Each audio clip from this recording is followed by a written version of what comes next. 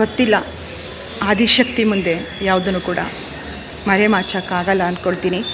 ನನಗೆ ಗೊತ್ತಿಲ್ಲ. ಅಮ್ಮನವರು ಒಳಗಡೆ ಕರೆಸ್ಕೊಂಡು ನನ್ನ ಕೈಲಿ ಅಭಿಷೇಕ ಮಾಡಿಸ್ಕೊಂಡು ಅರಿಶಿನ ಕುಂಕುಮ ಹಚ್ಚಿಸ್ಕೊಂಡು ಹೇಳೋಕ್ಕಾಗ್ತಿಲ್ಲ. ನನಗೆ ಗೊತ್ತಿಲ್ಲ ಅವ್ರು ಏನು ತಿಳ್ಕೊಂಡ್ರೋ ಪುರೋಹಿತರು, ನನಗೆ ಗೊತ್ತಿಲ್ಲ. ಅಮ್ಮ ಕರೆಸ್ಕೊಂಡ್ರು, ನನ್ನ ಕೈಲೆಲ್ಲನೂ ಕೂಡ ಮಾಡಿಸ್ಕೋದ್ರು. ಅರಿಶಿನ ಕುಂಕುಮ ಅಮ್ಮನ ಪಾರ್ವತಿ ದೇವಿನೇ ನನ್ನ ಕೈಲಿ ಹಚ್ಚಿಸ್ಕೊಂಡ್ಲು ಅಂದರೆ ಅಮ್ಮನ ಮುಂದೆ ಯಾರ ಕೈಲೂ ಕೂಡ ಮನುಷ್ಯರು ಮರೆಮಾಚ್ಬೋದು, ತಾಯಿ ಮುಂದೆ ಮರೆಮಾಚೋಕ್ಕಾಗಲ್ಲ. ನನಗೆ ಅಲ್ಲೇ ಅಳು ಗೊತ್ತಾಯಿತು. ಅವ್ರು ಏನಾರ ಅಂದ್ಕೊಂಡ್ರು ನನಗೇನು ಗೊತ್ತಿಲ್ಲ. ತಾಯಿ ಕರೆಸಿ ಅವರು ಹಚ್ಚಿಸ್ಕೊಂಡ್ರು ನನ್ನ ಕೈಲಿ ಅಭಿಷೇಕ ಮಾಡಿಸ್ಕೊಂಡ್ರು. ಅದನ್ನು ಹೆಂಗೆ ಹೇಳಬೇಕು, ವರ್ಣನೆ ಮಾಡಬೇಕು ನನಗೆ ಗೊತ್ತಿಲ್ಲ. ನೋಡ್ತಾ ಇದ್ದೀರಿ, ಇದು ಒಂದು ಗಂಗೆ ಮಾಳಮ್ಮನವರ ದೇವಸ್ಥಾನ. ಪ್ರತಿನಿತ್ಯ ಅಮ್ಮನ ನಾಮಸ್ಮರಣೆ ಮಾಡ್ತೀನಿ.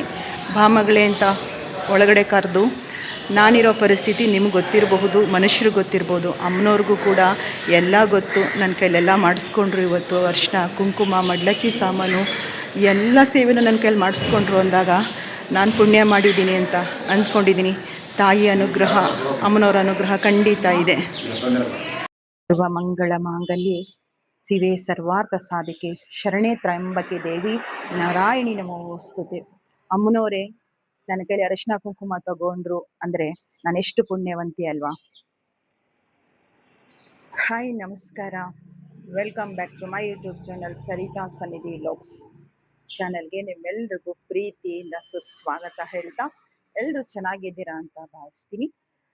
ಇದು ಬಂದು ಸೋಮವಾರ. ನಾನು ಸಾಯಂಕಾಲ ವಿಡಿಯೋ ಮಾಡ್ತಾ ಇದ್ದೀನಿ. ಆಲ್ರೆಡಿ ಸಮಯ 5:30. ವಿಷ್ಣು ಸಹಸ್ರನಾಮ ಕೇಳಬೇಕಿತ್ತು. ಸ್ವಲ್ಪ ಮಾತಾಡಿ ವಿಡಿಯೋ ರೆಕಾರ್ಡ್ ಮಾಡಿ ಬರೋಣ ಅಂತ ಹೇಳಿ ಬಂದೆ. ನನಗೆ ಕಾಣಿಸ್ತಾ ಇರ್ಬೋದು 5:40 ಉಲ್ಟಾ ಕಾಣಿಸ್ತಾ ಇದೆ. 5:40 ಆಗಿದೆ. 5:30ಗೆ ನಾನು ವಿಷ್ಣು ಸಹಸ್ರನಾಮ ಹೇಳುವಂಥದ್ದನ್ನು ರೂಢಿ ಮಾಡ್ಕೊಂಡಿರೋದ್ರಿಂದ, ಆದರೆ ಇವತ್ತು ಸ್ವಲ್ಪ ಸಮಯ ಆಗ್ತಾ ಇದೆ. 6 ಆದರೂ ಅಂದರೆ 6 ಗಂಟೆಗಾದರೂ ಸಹ ದೇವ್ರ ದೀಪ ಹಚ್ಚಿ ಕೇಳೋಣ ಅಂತ ಹೇಳಿ ಸ್ವಲ್ಪ ಹೊತ್ತು ಮಾತಾಡೋಣ ಅಂತ ಹೇಳಿ ಬಂದೆ. ತುಂಬ ದಿನ ಆಯಿತು ಫಸ್ಟ್ ವಿಡಿಯೋ ಮಾಡಿ. ಅಂದರೆ ನನ್ನ ಟೆಂಪಲ್ ಅಂದರೆ ದೇವಸ್ಥಾನಗಳಿಗೆ ಹೋದಂಥ ಬ್ಲಾಗ್ ವಿಡಿಯೋಗಳನ್ನ ನಿಮ್ಮ ಮುಂದೆ ತರ್ತಾ ಇದ್ದೀನಿ. ಭಾಗ 1. ನಮ್ಮ ಕುಲದೇವರ ದರ್ಶನ ಮಾಡಿದಂಥ ವಿಡಿಯೋನ ನಿನ್ನೆ ಶೇರ್ ಮಾಡಿದ್ದೀನಿ. ಆ ನಂತರ 2 ಕ್ಷೇತ್ರಗಳಿಗೆ ಹೋಗಿ ಬಂದಿರುವಂಥ ವಿಡಿಯೋಗಳನ್ನ ಮುಂದಿನ ದಿನಗಳಲ್ಲಿ ವಿಡಿಯೋಗಳನ್ನ ನಿಮ್ಮ ಮುಂದೆ ಶೇರ್ ಮಾಡ್ತೀನಿ.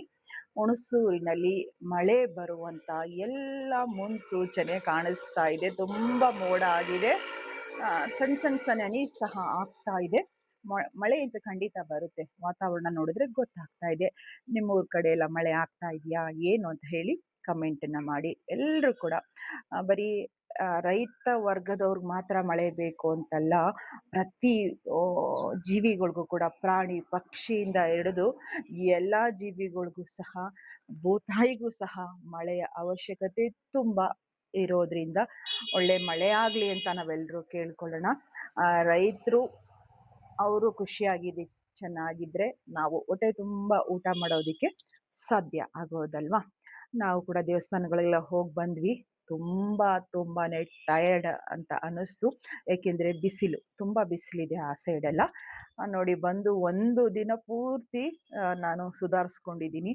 ಅಷ್ಟು ಸುಸ್ತು ನನಗೆ ಸುಸ್ತಿತ್ತು ತುಂಬ. ಅಂದರೆ ಜರ್ನಿ ಇದೆಯಲ್ಲ, ಅದೇ ನಮಗೆ ಸುಸ್ತು ಮಾಡೋದು. ಮತ್ತು ಆ ಕಡೆನ ಫುಡ್ಗಳು ಸಹ, ಹೋಟೆಲ್ ಫುಡ್ಗಳು ಕೂಡ ಅಷ್ಟಾಗಿ ಇಷ್ಟ ಆಗೋದಿಲ್ಲ. ಅದೇ ನಮಗೆ ವ್ಯತ್ಯಾಸ, ನಮ್ಮ ಆರೋಗ್ಯದ ಮೇಲೆ ಒಂದು ದುಷ್ಪರಿಣಾಮ ಬೀರುವಂಥದ್ದಲ್ವ. ಬಂದು ನೆನ್ನೆ ಎಲ್ಲ ಮಲಗಿದ್ದೆ ಆಯಿತು. ಇವತ್ತು ಸಹ ನಾನು ಇವಾಗ 1 ಅವರ್ ಮುಂಚೆ ಎದ್ದು ಸ್ನಾನ ಮಾಡಿ ಸ್ವಲ್ಪ ಫ್ರೆಶ್ ಅಪ್ ಆಗಿ ಸ್ವಲ್ಪ ಹೊತ್ತು ನಿಮ್ಮ ಜೊತೆ ಮಾತಾಡಬೇಕು ಅಂತ ಹೇಳಿ ಬಂದೆ. ನೀವೆಲ್ಲರೂ ಚೆನ್ನಾಗಿದ್ದೀರಾ ಅಂತ ಭಾವಿಸ್ತೀನಿ. ನಾವು ಕೂಡ ಎಲ್ಲರೂ ಚೆನ್ನಾಗಿದ್ದೀವಿ. ಅಧಿಕ ಮಾಸ ಪ್ರಾರಂಭದ ದಿನಗಳು ಶುರುವಾಯಿತು. ಅಧಿಕ ಮಾಸ ಅಂದ್ರೇ ವ್ರತ, ಭಕ್ತಿ ಸೂಚನೆಗಾಗಿ ಹಾಗೂ ದಾನ ಧರ್ಮಕ್ಕೆ ಪ್ರಶಸ್ತವಾದ ಈ 33 ದಿನಗಳು ಅಂತ ಹೇಳಬಹುದು. ಹೊಸ ಕೆಲಸಗಳನ್ನ ಪ್ರಾರಂಭ ಮಾಡಬಾರ್ದು, ಚಿನ್ನ ಬೆಳ್ಳಿನ ಖರೀದಿ ಮಾಡಬಾರ್ದು, ಮದುವೆ ಮುಂಜಿಗಳನ್ನ ಮಾಡಬಾರ್ದು, ಹೊಸ ಕೆಲಸಗಳನ್ನ ಪ್ರಾರಂಭ ಮಾಡಬಾರ್ದು. ಇನ್ಮಿಕ್ಕಿದ್ದಂತೆ ನಮ್ಮ ಭಕ್ತಿನ ಭಗವಂತನಲ್ಲಿ ಸಮರ್ಪಣೆ ಮಾಡೋದಕ್ಕೆ ತುಂಬ ವಿಶೇಷವಾದ ದಿನಗಳು ಅಂತ ಹೇಳ್ಬೋದು. ಎಲ್ಲಕ್ಕೂ ಪ್ರಾಮುಖ್ಯತೆ, ಬಹಳ ಪ್ರಾಮುಖ್ಯತೆ ಕೊಡುವಂತಹ ವಿಷಯ ಅಂತ ಹೇಳಿದ್ರೆ ದಾನ ಧರ್ಮಕ್ಕೆ ತುಂಬ ವಿಶೇಷತೆ ಇದೆ. 33 ದೀಪಗಳನ್ನ ದಾನ ಮಾಡೋದು ತುಂಬಾ ವಿಶೇಷ ಅಂತ ಹೇಳ್ಬೋದು. ಹಾಗೆ ದೀಪಾರಾಧನೆಗೆ ವಿಷ್ಣುವಿನ ವಿಷ್ಣು ಆಲಯದಲ್ಲಿ, ವಿಷ್ಣು ದೇವಸ್ಥಾನಗಳಲ್ಲಿ ದೀಪಾರಾಧನೆ ಮಾಡೋದ್ರಿಂದ ಮಹಾಲಕ್ಷ್ಮಿಯ ಕೃಪಾ ಕಟಾಕ್ಷನು ಸಹ ನಮ್ಮೆಲ್ರಿಗೂ ದೊರಕುವಂಥದ್ದು. ಜ್ಞಾನ ವೃದ್ಧಿ ಮಾಡ್ಕೊಳ್ಳೋದಿಕ್ಕೆ ಹಾಗೂ ಕತ್ತಲಿಂದ ಬೆಳಕಿನ ಕಡೆಗೆ ಹೋಗೋದಿಕ್ಕೆ ನಾವು ಭಗವಂತನ ಒಂದು ಅನುಗ್ರಹ ಖಂಡಿತ ಬೇಕಲ್ವಾ. ಅದಕ್ಕೆ ಪ್ರಶಸ್ತವಾದ ಈ ಒಂದು ಅಧಿಕ ಮಾಸ ಅಂತ ಹೇಳ್ಬೋದು, ಪುರುಷೋತ್ತಮ ಮಾಸ ಅಂತ ಹೇಳ್ತಾರೆ, ಮಲ ಮಾಸ ಅಂತ ಹೇಳ್ತಾರೆ. ನಮ್ಮ ಕರ್ಮನ ಕಳ್ಕೊಳ್ಳೋದಿಕ್ಕೆ ಒಂದು ವಿಶೇಷವಾದ ಮಾಸ ಈ ಅಧಿಕ ಮಾಸ ಅಂತ ಹೇಳಬಹುದು. ಪುರುಷೋತ್ತಮ ಅಂದ್ರೆ ವಿಷ್ಣುವಿನ ಒಂದು ಆರಾಧನೆಗೆ ತುಂಬಾ ವಿಶೇಷವಾದದ್ದು. ಅದರಲ್ಲೂ 33 ದಿನಗಳು, 33 ಅಂಕಿ ಎನ್ನುವಂಥದ್ದು ತುಂಬಾ ವಿಶೇಷ ಅಂತ ಕೂಡ ಹೇಳ್ಬೋದು. ಇವತ್ತು ಏನಪ್ಪ ನಾನು ನಿಮ್ ಜೊತೆ ಮಾತಾಡಕ್ ಬಂದಿದ್ದೀನಿ ಅಂತ ಹೇಳಿದ್ರೆ, 2 ದಿನ ಮುಂಚಿತವಾಗಿ ನಿಮ್ಗೆ ವಿಡಿಯೋ ಮೂಲಕ ತಿಳಿಸ್ತಾ ಇದ್ದೀನಿ. ಏನದು ಅಂತ ಹೇಳಿದ್ರೆ, ಅಧಿಕ ಮಾಸದಲ್ಲಿ ಬರ್ತಾ ಇರುವಂತ ಗುರುವಾರ ನಾಡಿದ್ದು ಅಂದ್ರೆ 17ನೇ ತಾರೀಕಿಂದ ಜೂನ್ 15ರವರೆಗೆ ಅಧಿಕ ಮಾಸ ಇರೋದ್ರಿಂದ ಈ ಅಧಿಕ ಮಾಸದಲ್ಲಿ ಇವತ್ತು ಮೊದಲ ದಿನ ಅಂದ್ರೆ ನೆನೆ 17 ಪ್ರಾರಂಭ ಆಯಿತು ಅಧಿಕ ಮಾಸ. ಅಧಿಕ ಮಾಸದ ಪ್ರಾರಂಭದ ಒಂದು ಗುರುವಾರ ಗುರುಪುಷ್ಯಾಮೃತ ಯೋಗದೊಂದಿಗೆ ದಿನ ಬರ್ತಾ ಇರೋದ್ರಿಂದ ವಿಶೇಷ ಅಂತ ಹೇಳಬಹುದು. ಗುರುವಿನ ಮೂಲಕ ವಿಷ್ಣುವಿನ ಅನುಗ್ರಹ ಪಡ್ಕೊಳ್ಳೋದಿಕ್ಕೆ ತುಂಬಾ ವಿಶೇಷ ಅಂತ ಹೇಳ್ಬೋದು. ಖಂಡಿತ ವ್ರತಾಚರಣೆ ಮಾಡಿ. ಅಧಿಕ ಮಾಸದಲ್ಲಿ ಯಾವುದೇ ವ್ರತಗಳನ್ನ ನೀವು ಮಾಡೋದ್ರಿಂದ ಭಗವಂತನ ಪರಿಪೂರ್ಣವಾದ ಅನುಗ್ರಹನ ನಾವೆಲ್ಲರೂ ಸಹ ಪಡ್ಕೋಬಹುದು. ಗುರುಪುಷ್ಯಾಮೃತ ಯೋಗದ ಬಗ್ಗೆ ನಾನು ಹೆಚ್ಚಿಗೆ ಹೇಳೋದೇ ಬೇಡ, ನೀವೆಲ್ಲರೂ ತಿಳ್ಕೊಂಡಿದ್ದೀರಿ. ಮಂತ್ರ ಸಿದ್ಧಿ ಯೋಗಕ್ಕೆ ಒಂದು ವಿಶೇಷವಾದ ದಿನ ಗುರುಪುಷ್ಯಾಮೃತ ಯೋಗ. ಪುಷ್ಯ ನಕ್ಷತ್ರ, ನಕ್ಷತ್ರಗಳ ರಾಜ ಅಂತ ಹೇಳ್ತೀವಿ. ಹಾಗೆ ಗುರುವಾರ ಬಂತು ಅಂದ್ರೆ, ಗುರು ಒಂದಿಗೆ ಪುಷ್ಯ ನಕ್ಷತ್ರ ಬಂತು ಅಂದ್ರೆ ವಿಶೇಷವಾಗಿ ಗುರು ಪುಷ್ಯಾಮೃತ ಯೋಗನ ಎಲ್ರಿಗೂ ಸಹ ತಂದುಕೊಡುವಂತಹ ಒಂದು ವಿಶೇಷ ದಿನ ಗುರು ಪುಷ್ಯಾಮೃತ ಯೋಗದ ದಿನ. ಈ ಗುರುವಾರ ಬಂದಿರೋದ್ರಿಂದ ಭಗವಂತನ ಆರಾಧನೆ ಮಾಡಿ. ಅದರಲ್ಲೂ ಗುರುವಾರ ಬಂತು ಅಂದ್ರೆ ಎಲ್ರಿಗೂ ಕೂಡ, ರಾಯರ ಭಕ್ತರಿಗೆ ಎಲ್ರಿಗೂ ಕೂಡ ಸಡಗರ ಸಂಭ್ರಮದಿಂದ ಕಾಯುವಂತ ದಿನ ಅಂದ್ರೆ ಅದು ಗುರು ಪುಷ್ಯಾಮೃತ ಯೋಗ. ಒಂದು ಒಳ್ಳೆ ದಿನ, ಒಂದು ವ್ರತನ ಶುರು ಮಾಡ್ಬೇಕಪ್ಪ, ಒಂದು ಒಳ್ಳೆ ದಿನ ನಾವು ದಾನ ಧರ್ಮ ಮಾಡ್ಬೇಕು ಅನ್ನುವಂತಹ ಏನಾದ್ರೂ ನೀವು ಅದನ್ನ ಯೋಜನೆನ ನಿಮ್ಮ ಮನಸ್ಸಿನಲ್ಲಿ ಇಟ್ಕೊಂಡಿದ್ರೆ ಈ ಗುರುವಾರ ತಪ್ಪದೆ ಆಚರಣೆ ಮಾಡಿ. ಮಂತ್ರ ಸಿದ್ಧಿ ಯೋಗ ಅಂತ ಹೇಳಿದೆ. ವಿಷ್ಣುವಿನ ಆರಾಧನೆಗೆ ವಿಷ್ಣು ಮಂತ್ರ, ವಿಷ್ಣು ಶಾಸ್ತ್ರ ನಮ್ಮ ಹೇಳ್ಕೊಳ್ಳುವಂಥದ್ದು. ಇನ್ನು ನಮ್ಮ ಗುರು ರಾಯರ ಮಂತ್ರ ಅಂತ ಹೇಳಿದ್ರೆ ಎಲ್ಲರೂ ಸುಲಭವಾಗಿ ಮನಸ್ಪೂರ್ವಕವಾಗಿ ಹೇಳುವಂತಹ ಅಷ್ಟಾಕ್ಷರ ಮಂತ್ರ, ಶ್ರೀ ರಾಘವೇಂದ್ರಾಯ ನಮಃ ಅನ್ನುವಂಥ ಅಷ್ಟಾಕ್ಷರ ಮಂತ್ರನ ಒಂದು ಸಿದ್ಧಿ ಯೋಗಕ್ಕಾಗಿ, ಮಂತ್ರ ಸಿದ್ಧಿ ಯೋಗಕ್ಕಾಗಿ ನಿಘಂಟಾಗಿ ನೀವು ಹೇಳ್ಕೋಬಹುದು. 108 ಬಾರಿ, 1008 ಬಾರಿ ಸಹ ನೀವು ಹೇಳ್ಕೊಳ್ಳುವಂತ ಒಂದು ಸಂಕಲ್ಪ ಮಾಡಿಕೊಂಡು ಆ ದಿನ ಪ್ರಾರಂಭ ಮಾಡಿ. 5:56 ನಂತರ ನೀವು ಗುರುಪುಷ್ಯಾಮೃತ ಯೋಗ ಶುರುವಾಗೋದ್ರಿಂದ ಬೆಳಗಿನ ಜಾವ 5:56 ನಂತರ ನೀವು ಪೂಜೆ ಮಾಡ್ಕೊಳ್ಳೋದಾಗ್ಲಿ, ಸಂಕಲ್ಪ ಮಾಡ್ಕೊಳ್ಳೋದಾಗ್ಲಿ ಮಾಡ್ಕೊಳ್ಳಿ. ಆ ನಂತರನೇ ಪುಷ್ಯ ನಕ್ಷತ್ರ ಪ್ರಾರಂಭ ಆಗುವಂಥದ್ದು. ಆಯ್ತಾ? 3 ಗಂಟೆ, 3:30, 5 ಗಂಟೆ ಬ್ರಾಹ್ಮಿ ಮುಹೂರ್ತದಲ್ಲಿ ಮಾಡಿದ್ರೆ ಆಗ ಪುಷ್ಯ ನಕ್ಷತ್ರ ಇರೋದಿಲ್ಲ. ನೀವು 5 ಗಂಟೆ ಬೆಳಗಿನ ಜಾವ 5:56 ಗುರು ಪುಷ್ಯಾಮೃತ ಯೋಗ ಶುರುವಾಗುತ್ತೆ. ನೆನಪಿಟ್ಕೊಂಡು ಮತ್ತೆ ಅಧಿಕ ಮಾಸ ಆಗಿರೋದ್ರಿಂದ 33 ಮಣ್ಣಿನ ದೀಪಾರಾಧನೆಯನ್ನು ಕೂಡ ತುಂಬಾ ವಿಶೇಷವಾಗಿ ಗುರುವಿನ ಮೂಲಕ, ನಮ್ಮ ಗುರುರಾಯರ ಮೂಲಕ ನೀವು ವಿಷ್ಣುವಿನ ಅನುಗ್ರಹನ ಖಂಡಿತ ಪಡ್ಕೋಬಹುದು, ವ್ರತಗಳನ್ನ ಶುರು ಮಾಡ್ಕೋಬಹುದು. ಈ ವಿಷಯದೊಂದಿಗೆ ನಿಮ್ಮ ಮುಂದೆ ಇವತ್ತು ವಿಡಿಯೋ ಮೂಲಕ ನಿಮ್ಗೆ ಹೇಳ್ಬೇಕು ಅಂತ ಬಂದೆ. ನಾನು ನನ್ನ ಮತ್ತೊಂದು ಚಾನಲ್ ಶ್ರೀ ರಾಘವೇಂದ್ರ ಸಾನ್ನಿಧ್ಯ ಚಾನಲ್ ಅಲ್ಲಿ ಸಹಸ್ರಾರು ಮಹಿಮೆಗಳನ್ನ ನಿಮ್ಮ ಮುಂದೆ ಶೇರ್ ಮಾಡ್ಕೊಂಡಿದ್ದೀನಿ. ಇತ್ತೀಚಿನ ದಿನಗಳಲ್ಲಿ ಅವ್ರು ಹೇಳುವಂತ ಮಹಿಮೆಗಳನ್ನ ಕೇಳಿ ಸಂತೋಷ ಪಡ್ತಾ ಇದ್ದೀನಿ. ಅಷ್ಟಾಗಿ ಶೇರ್ ಮಾಡ್ತಿಲ್ಲ. ನಿಮ್ಮೆಲ್ಲರ ಒತ್ತಾಯ, ಗುರುವಾರ ರಾಯರ ಮಹಿಮೆಗಳನ್ನ ನೀವು ಹೇಳ್ಬೇಕು ಅಕ್ಕ, ನಾವು ಕೇಳ್ಬೇಕು ಅಂತ ಹೇಳಿ ತುಂಬಾ ಜನ ಕೇಳ್ತಾ ಇದ್ದೀರಿ. ಈ ಗುರುವಾರ ಒಂದು ವಿಶೇಷವಾದ ಅದ್ಭುತವಾದ ರಾಯರ ಮಹಿಮೆನ ನಿಮ್ಮ ಮುಂದೆ ಶೇರ್ ಮಾಡ್ಕೊಳ್ತೀನಿ. ಸ್ವತಃ ಅವರೇ ಮಾತಾಡಿರುವಂಥದ್ದನ್ನ ನಿಮ್ಮ ಮುಂದೆ ತಗೊಂಡ್ಬರ್ತೀನಿ. ರಾಯರಿದ್ದಾರೆ, ಅದ್ಭುತವಾದ ಒಂದು ಹೇಳ್ತಾರಲ್ಲ, ಮಹಿಮೆ ಅಂದ್ರೇನೆ ನಮ್ಮ ರಾಯರು ಅಂತ ಹೇಳಬಹುದು. ಎಷ್ಟು ಅಷ್ಟು ಚೆನ್ನಾಗಿ ಅನುಗ್ರಹ ಮಾಡ್ತಾರೆ. ಅವರ ಪರಿಶುದ್ಧವಾದ ಆತ್ಮ ಇದೆ. ಅವರ ಪರಿಶುದ್ಧವಾದ ಭಕ್ತಿ ನಮ್ಮ ರಾಯರ ಪಾದಕ್ಕೆ ಅರ್ಪಣೆ ಆಗಿದೆ ಅಂದ್ರೆ ಅವ್ರು ಎಂದೂ ಕೈ ಬಿಡೋದಿಲ್ಲ. ಕೆಲವ್ರಿಗೆ ತಡ ಆಗಬಹುದು, ಕೆಲವ್ರಿಗೆ ಬೇಗ ಅನುಗ್ರಹ ಮಾಡಬಹುದು. ಅದು ಸಹ ನಮ್ಮೆಲ್ಲರ ಪುಣ್ಯದ ಫಲ, ಕರ್ಮದ ಫಲ ಅಂತ ಹೇಳಿ ನಾವು ನಂಬಬೇಕು. ಆ ನಂಬಿಕೆನೇ ನಮ್ಮ ರಾಯರು ಅಂತ ನಾನು ಹೇಳ್ತೀನಿ. ನೋಡಿ, ಮೊನ್ನೆ ಹೋಗಿ ಬಂದೆ ಆ ರಾಯರ ಆ ಸಾನ್ನಿಧ್ಯದಲ್ಲಿ. ಆ ಮಣ್ಣಿನ ಒಂದು ಆ ಸ್ಪರ್ಶ ಇದೆಯಲ್ಲ, ಅದು ಒಂದು ವಿಶೇಷ ಅಂತ ಹೇಳಬಹುದು. ಅಧಿಕ ಮಾಸದಲ್ಲಿ ತುಂಬಾ ವಿಶೇಷವಾಗಿ ಭಕ್ತಿನ ಸೂಚನೆ, ಅಂದ್ರೆ ಭಕ್ತಿನ ನೀವು ಭಗವಂತನಲ್ಲಿ ತೋರಿಸ್ಕೊಳ್ಳೋದಿಕ್ಕೆ ತುಂಬಾ ವಿಶೇಷವಾದ ತಿಂಗಳಾಗಿದೆ. ಆದಷ್ಟು ಯಾವ್ದನ್ನ ಮಾಡಬಾರ್ದು ಅದನ್ನ ಮಾಡೋದಿಕ್ಕೆ ಹೋಗ್ಬೇಡಿ.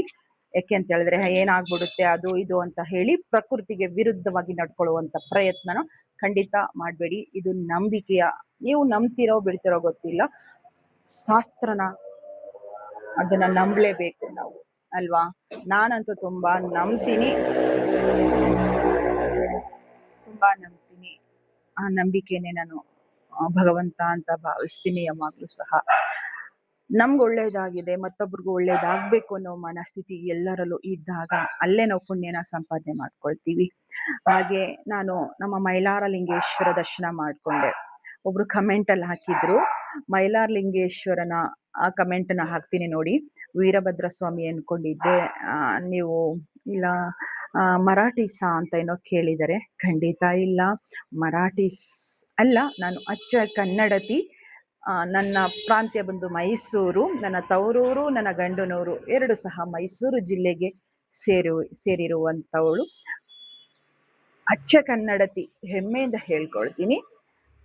ಮೈಲಾರ ಲಿಂಗೇಶ್ವರ ನಮ್ಮ ಕುಲದೇವರು. ಪಾರಂಪರಿಕವಾಗಿ ನಮ್ಮ ಗಂಡನ ಮನೆಯ ಒಂದು ಕುಲದೇವರು. ಗಂಡನ ಮನೆಯ ದೇವರು ಹೆಣ್ಮಕ್ಳಿಗೆ ಅದೇ ಒಂದು ಪಾರಂಪರಿಕವಾಗಿ ಮುಂದುವರಿಯುವಂತಹ ಒಂದು ಮನೆಯ ದೇವರ ಪದ್ಧತಿ ಅಲ್ವಾ. ಅಪ್ಪನ ಮನೆ ದೇವರು ನಾವು ಖಂಡಿತ ನೆನಪು ಮಾಡ್ಕೊಳ್ತೀವಿ. ಅಪ್ಪನ ಮನೆಯ ತವ್ರ ಮನೆ ದೇವರು ಸಹ ಹೆಣ್ಮಕ್ಳಿಗೆ ಅನುಗ್ರಹ ಬೇಕಲ್ವಾ. ಹಾಗೆ ಗಂಡನ ಮನೆಯ ದೇವರು ನಮ್ಗೆ ವಿಶೇಷವಾಗಿ ಪ್ರತಿ ಒಂದು ಕೆಲಸ ಕಾರ್ಯದಲ್ಲೂ ಸಹ ಪ್ರಥಮವಾಗಿ ಕುಲದೇವರ ಅಪ್ಪಣೆ, ಕುಲದೇವರ ಅನುಗ್ರಹದೊಂದಿಗೆ ನಮ್ಮ ಬದುಕನ್ನ ಸಾಗಿಸ್ತಾ ಹೋಗುವಂಥದ್ದು. ಮರಾಠಿಸ್ ಅಲ್ಲ, ನಾನು ಕನ್ನಡತಿ. ಅಲ್ಲಿ ಕಮೆಂಟ್ ಮಾಡಿದೆ, ಅವ್ರು ನೋಡಿದ್ರೋ ಇಲ್ವೋ ಗೊತ್ತಿಲ್ಲ, ಹಾಕಿದ್ದೀನಿ. ಇಲ್ಲಿ ಕ್ಯಾಸ್ಟ್ ಜಾತಿನ ಯಾವುದು ತರಬಾರ್ದು ಅನ್ನೋದು ನನ್ನ ಒಂದು ಧ್ಯೇಯ. ನಾನು ಅದನ್ನ ಯಾವಾಗಲೂ ಹೇಳ್ಕೊಂಡಿಲ್ಲ ಅಲ್ವಾ. ಅವರು ಜಾತಿ ಬಗ್ಗೆನೇ ಕೇಳಿದ್ದಾರೆ, ಅದನ್ನ ನಾನು ಯಾವುದು ಇಲ್ಲಿ ಮೆನ್ಷನ್ ಮಾಡ್ತಿಲ್ಲ. ಹಾಗಿರೋದ್ರಿಂದ ಈ ಗುರುವಾರ ಗುರು ಪುಷ್ಯಾಮೃತ ಯೋಗ ಬಂದಿದೆ, ಆಚರಣೆ ಮಾಡುವಂಥವ್ರು ಖಂಡಿತ ಮಾಡಿ, ಎಲ್ರಿಗೂ ಒಳ್ಳೇದಾಗುತ್ತೆ. ನಾನು ಯಾವಾಗಾದ್ರೂ ವಿಡಿಯೋ ಮಾಡ್ತೀನಿ ಅಂತ ಇಲ್ಲಿ ಕೂತ್ಕೊಂಡ್ರೆ ಸಾಕು, ಈ ವೆಹಿಕಲ್ ಆರ್ಭಟ ಸೌಂಡು ಅಯ್ಯಪ್ಪ ಅನ್ಸುತ್ತೆ ನನಗೆ. ಆದ್ರಿಂದ ಮತ್ತೆ ಮಹಿಮೆನೂ ಕೂಡ ಶೇರ್ ಮಾಡ್ಕೊಳ್ತೀನಿ. ಮೈಲಾರದಿಂದ ನಾನು ಮಂತ್ರಾಲಯಕ್ಕೆ ಹೋಗ್ಬೇಕು ಅಂತಾನೆ ಡ್ರೈವರ್ ಹತ್ರ ಎಲ್ಲ ಮಾತಾಡ್ಕೊಂಡು ಹೊರಟಿದ್ದು. ನೋಡಿ, ಭಗವಂತನ ಇಚ್ಛೆ ಬೇರೆ ತರನೇ ಇತ್ತು. ಮೊದಲು ಮುಖ್ಯ ಪ್ರಾಣ ದೇವರ ದರ್ಶನ ಮಾಡಿಕೊಂಡು ನಂತರ ಗುರುರಾಯರ ದರ್ಶನ ಮಾಡಿ ಅಂತ ಹೇಳಿ ಭಗವಂತನ ಆಜ್ಞೆ ಇತ್ತು ಅನ್ಕೊಳ್ತೀನಿ.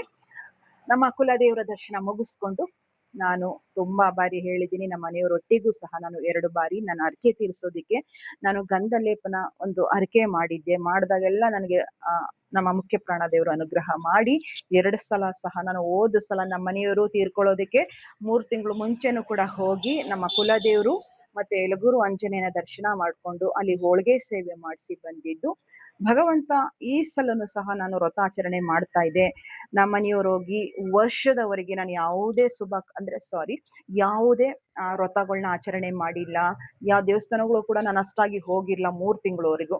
ಆ ನಂತರ 3 ತಿಂಗಳ ನಂತರ ನಾನು ನಂಜನಗೂಡ್ಗೆ ಹೋಗಿ ದರ್ಶನ ಮಾಡಿಕೊಂಡು ಮತ್ತೆ ಅಲ್ಲಿಂದ ನಾನು ನನ್ನ ಮಗನೊಟ್ಟಿಗೆ ನಾನು ಮಂತ್ರಾಲಯ ಹೋಗಿ ಬಂದ ಮೇಲೆ ನಾನು 1 ವರ್ಷದ ಕಾರ್ಯ, ನಮ್ಮ ಮನೆಯವರ ವರ್ಷದ ಕಾರ್ಯ ಮುಗಿದ ಮೇಲೆ ನಾನು ಪೂಜೆ ಪುನಸ್ಕಾರಗಳ ಬಗ್ಗೆ ಆದ್ಯತೆ ಕೊಡ್ತಾ ಹೋಗ್ತಾ ಇರುವಂತದ್ದು.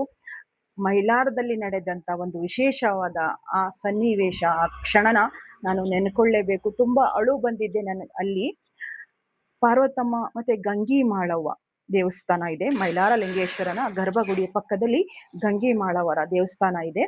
ನಾನು ಅಭಿಷೇಕಕ್ಕೆ ಚೀಟಿ ಮಾಡಿಸಿದ್ದೆ. ಸ್ವಾಮಿಗೆ ಮೈಲಾರಲಿಂಗೇಶ್ವರನಿಗೆ ಅಭಿಷೇಕ ಎಲ್ಲ ಆಗಿ ಆ ನಂತರ ಗಂಗೆ ಮಾಳವನವರ ಪೂಜೆಗೆ ನಮ್ಮನ್ನ ಆ ಗರ್ಭಗುಡಿಗೆ ಹೋಗ್ತೀವಿ. ನೋಡಿ, ನಮ್ಮ ಕೈಯಿಂದ ಯಾರು ಕುಂಕುಮ ತಗೊಳಕ್ ಇಷ್ಟಪಡೋದಿಲ್ಲ ಅಲ್ವಾ? ಈಗಿನ ಸಂದರ್ಭದಲ್ಲಿ ಸಾವಿರಾರು ಜನಕ್ಕೆ ಹೇಳಕ್ಕಾಗಲ್ಲ. ಎಲ್ರಿಗೂ ಸಹ ನಿಮ್ಮ ಆಶೀರ್ವಾದ ಬೇಕು, ನಿಮ್ಮ ಒಂದು ಪ್ರೀತಿಯಿಂದ ಏನಾದರೂ ಅರ್ಸಿ ಅಕ್ಕ ಅಂತ ಕೇಳ್ತಿದ್ರು ನನ್ನನ್ನು. ಈ ಸಂದರ್ಭದಲ್ಲಿ ಅಷ್ಟಾಗಿ ನಮ್ಮ ಕೈಯಿಂದ ಕುಂಕುಮ ತಗೊಳಕ್ಕೂ ಹಿಂದೆ ಮುಂದೆ ನೋಡ್ತಾರಲ್ವಾ? ಈ ಸಂದರ್ಭದಲ್ಲಿ ಆ ಗರ್ಭಗುಡಿ ಮುಂದೆ ನಿಂತ್ಕೊಳ್ತೀನಿ. ನನ್ನ ಕರೀತಾರೆ ಒಳಗಡೆ ಕರೆದು. ನನ್ನ ತಮ್ಮನ ಹೆಂಡ್ತಿನೂ ಕೂಡ ಕರೀತಾರೆ. ಅವಳು ಆ ಕಡೆ ನಿಂತ್ಕೊತಾಳೆ, ನಾನು ಈ ಕಡೆ ನಿಂತ್ಕೊಳ್ತೀನಿ. ಪ್ರತಿ ಒಂದು ಮಂಗಳ ದ್ರವ್ಯಗಳನ್ನ ನನ್ನ ಕೈಲೇ ಕೊಡ್ತಾರೆ. ಪ್ರತಿ ಒಂದು ಮಂಗಳ ದ್ರವ್ಯಗಳು ಅಂದ್ರೆ ನಿಮ್ಗೆ ಗೊತ್ತಿರುತ್ತೆ. ಅಮ್ಮನವ್ರಿಗೆ ನೀರಿನ ಅಭಿಷೇಕ ಹಾಗೂ ಹಾಲಿನ ಅಭಿಷೇಕ ಏನೆಲ್ಲ ಮಾಡಿದ್ರು ಎಲ್ಲ ನನ್ನ ಕೈಲಿ ಕೊಟ್ಟು ಮಾಡಿಸ್ತಾರೆ. ಅರಿಶಿನ ಕುಂಕುಮ ಹಚ್ಚಮ್ಮ ಅಂತ ಹೇಳಿ ನನ್ನ ಕೈಲೇ ಕೊಡ್ತಾರೆ. ಅಮ್ಮನವರ ವಿಗ್ರಹಕ್ಕೆ ಅರಿಶಿನ ಕುಂಕುಮ ಹಚ್ತೀನಿ. ಇನ್ನೇನ್ ಬೇಕು ನನಗೆ ಸೌಭಾಗ್ಯ? ಅಮ್ಮನವರೇ ನನ್ನ ಕೈಲಿ ಕುಂಕುಮ ತಗೊಳ್ತಾ ಇದ್ದಾರೆ ಎಂದಾಗ ಜನಗಳು ಏನೇ ಅವರು ಒಲವರ್ತನ ಮಾಡಿದ್ರು ಸಹ ಅದು ಲೆಕ್ಕಕ್ಕೆ ಬರೋದಿಲ್ಲ. ಅಷ್ಟು ಅಳು ಬಂತು ನನಗೆ. ತಾಯಿನ ನಾನು ಪ್ರತಿದಿನ ನಮ್ಮನೆ ಪೂಜೆ ಮಾಡಬೇಕಾದ್ರೆ ಮಹಾಗಣಪತಿಗೆ, ಪ್ರಥಮ ಪೂಜಿತ ಗಣಪತಿಗೆ ಹೇಗೆ ನಮಸ್ಕರಿಸ್ತೀನೋ, ನನ್ನ ಕುಲದೇವರು ಮೈಲಾರಲಿಂಗೇಶ್ವರನ ಆರಾಧನೆ ನಾನು ತುಂಬ ಪ್ರಾಮುಖ್ಯತೆ ಕೊಡ್ತೀನಿ. ಗಂಗಿ ಮಾಳ ಅವ್ರನ್ನ ನಾನು ತುಂಬ ನೆನಪು ಮಾಡ್ಕೊಳ್ತೀನಿ. ಅಮ್ಮನ ನಾಮಸ್ಮರಣೆ ಖಂಡಿತ ಮಾಡ್ತೀನಿ. ಅವರ ಸನ್ನಿಧಾನದಲ್ಲಿ ನನ್ನ ಕೈಲಿ ಕುಂಕುಮ ತಗೊಂಡು ಮಡ್ಲಕ್ಕಿ ಸಾಮಾನ ನನ್ನ ಕೈಲಿ ಅಮ್ಮನವ್ರಿಗೆ ಕೊಡೋ ಥರ ಮಾಡ್ತಾರೆ. ಆ ಸೀರೆ ಅಮ್ಮನವ್ರಿಗೆ ಅರ್ಪಣೆ ಮಾಡೋದಕ್ಕೆ ಕೊಡ್ತೀವಲ್ಲ, ಅದನ್ನ ನೆರಿಗೆ ಮಾಡಿ ನನ್ನ ಕೈಗೆ ಕೊಡ್ತಾರೆ. ಈ ಸೌಭಾಗ್ಯ ಯಾರಿಗೆ ಸಿಗುತ್ತೆ ಹೇಳಿ? ನಮ್ಮ ಆತ್ಮ ಶುದ್ಧವಾಗಿದ್ರೆ ತಾಯಿನೇ ಬಾ ಮಗಳೇ ನನಗೆ ನೀನೇ ಎಲ್ಲ ಮಾಡು ಅಂತ ಮಾಡಿಸ್ಕೊಂಡ್ರು ಅಂತ ಅನಿಸ್ತು. ಹೊರಗಡೆ ಬಂದು ನಾನು, ನನ್ನ ತಮ್ಮ, ನಮ್ಮಮ್ಮ ಎಲ್ಲ ನಿಂತಿದ್ರು. ನೋಡಿದ್ರಾ ಇದಕ್ಕೇನು ಹೇಳ್ತೀರಿ? ತಾಯಿ ನನ್ನ ಹತ್ರ ಎಲ್ಲ ಮಾಡಿಸ್ಕೊಂಡ್ರು. ಗಂಡ ಇಲ್ಲದ ಹೆಣ್ಮಗಳು ಅಂತ ನನ್ಗೆ ಯಾರು ಒಲ್ವರ್ತನ ಮಾಡ್ಲಿಲ್ಲ. ಇಲ್ಲಿ ಅಮ್ಮನವರು ನನ್ನ ಕೈಲಿ ಎಲ್ಲಾನು ತಗೊಂಡ್ರು. ಇದಕ್ಕೆ ಏನ್ ಹೇಳ್ತೀರಾ ಅಂತ ಹೇಳಿ ಅಳ್ತಾ ನಾನು ನಮ್ಮ ಅಮ್ಮನ ಜೊತೆ, ನನ್ನ ತಮ್ಮನ ಜೊತೆ ಹೇಳ್ತೀನಿ. ನನ್ನ ತಮ್ಮನ ಹೆಂಡ್ತಿನೂ ಇರ್ತಾಳೆ ಅಲ್ಲಿ. ಅಳ್ಬೇಡಿ ಅಕ್ಕ ಅಂತ ಹೇಳ್ತಾಳೆ. ಅದು ಸಂತೋಷದಿಂದ ಬಂದಂತ ಅವಳು ನನಗೆ ಆ ಕ್ಷಣದಲ್ಲಿ.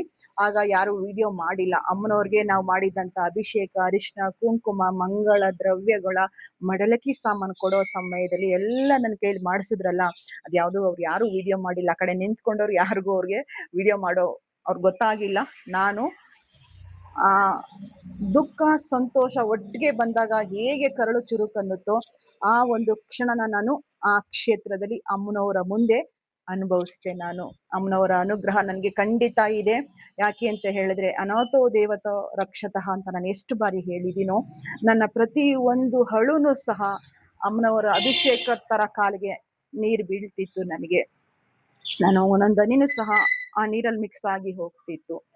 ನಿಜವಾಗ್ಲೂ ಈ ಕಲಿಯುಗದಲ್ಲಿ ಭಗವಂತ ಇಲ್ದನೆ ನಾವ್ ಯಾರು ಇಲ್ಲ, ಎಷ್ಟು ನಾ ಹೇಳ್ತೀನಿ. ಖಂಡಿತ ನಮ್ಮನ್ನ ಕಾಪಾಡ್ತಾರೆ. ವಿಧಿಯ ಲಿಖಿತಕ್ಕೆ, ಹಣೆಯ ಬರಹಕ್ಕೆ ನಾವು ತಲೆ ಬಾಗಿರಬಹುದು. ಆದ್ರೆ ನಮ್ಮ ಆತ್ಮ ಶುದ್ಧವಾಗಿದ್ರೆ, ನಮ್ಮ ಉಸಿರಿರೋವರೆಗೂ, ನಮ್ಮ ದೇಹದಲ್ಲಿ ಉಸಿರಿರೋವರೆಗೂ ದೇವರು ನಮ್ಮನ್ನೆಲ್ಲೂ ಕೈ ಬಿಡೋದಿಲ್ಲ. ನನಗೆ ಒಂದೇ ಒಂದು ಸಂತೋಷ, ಆ ಕ್ಷಣ ರೋಮಾಂಚನ ಅನಿಸಿದ್ದು, ಅಮ್ಮನವರು ನನ್ನ ಕೈಲಿ ತಟ್ಟೆಲಿ ಹಿಂಗೆ ಅರಿಶಿನ ಕುಂಕುಮ ಇಟ್ಕೊಂಡು ನಾನು ಅಮ್ಮನ ಹಣೆಗೆ ಅರಿಶಿನ ಹಾಕಿದ್ದೀನಿ, ಕುಂಕುಮ ಹಚ್ಚಿದೆ, ಹೂವ ಮುಡಿಸ್ದೆ, ಮಡಲಕ್ಕಿ ಸಾಮಾನನ್ನ ಕೊಟ್ಟೆ. ಆ ಪುರೋಹಿತರು ನನ್ನ ಕೈಲೇ ಕೊಟ್ಟು ಮಾಡಿಸಿದ್ರು.